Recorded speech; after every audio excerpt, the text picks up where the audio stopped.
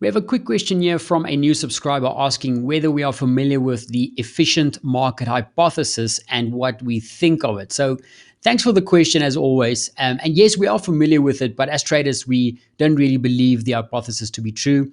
For those of you that's not aware of it, the hypothesis is the idea that all the information that can make prices move are already freely available to everybody, and thus all the buyers and the sellers in the market simply react to this freely available news, which means that every single security will always be trading at its precise fair market value. So the hypothesis tries to show that all market info is already priced, fully priced into the market, and that due to this, there's really no way to consistently make a profit against the market, because with this theory, nothing should ever really be undervalued or overvalued, so to speak. Now, of course, if you've been trading for a while or have just watched how fundamentals affect prices, then you would know that there is a lot of holes in this theory.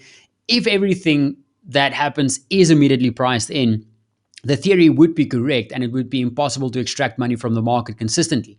But if this is true, it would not be possible for some of the most famous trading names in the industry to continuously beat the market year in and year out based on their methodology. So you see, the theory or the hypothesis doesn't really hold up when we consider the way that instruments move after certain sentiment shifts.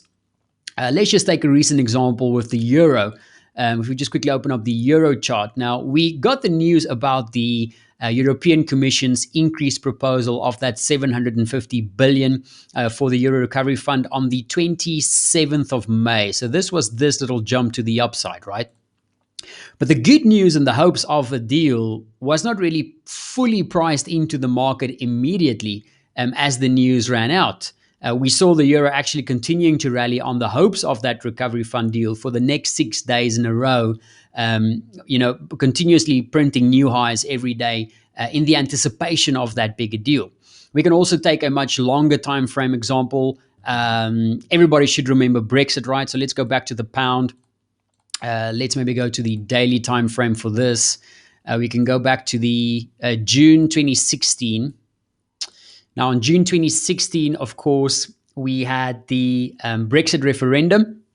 And even though we had that initial move to the downside directly after the announcement on the 24th of June 2016, we can see that the pound versus the US dollar continued to trend lower on the back of that outcome for another 3 months, all the way to October, only reaching this referendum low, so to speak, in 2016 October. And we revisited that low back again in January 2017. So if all the bad expectations of what Brexit would mean for the UK economy was immediately priced in as the referendum results came out, then why did the pound continue to trend lower? Why was there continuously trading opportunities to take on the downside for the pound? So there are plenty of examples and reasons that refute the hypothesis, especially if you have some experience with following fundamental news flow in the market and seeing how it impacts asset prices at varying levels and at varying times due to the implications and, of course, how it changes or changed the market's expectations. So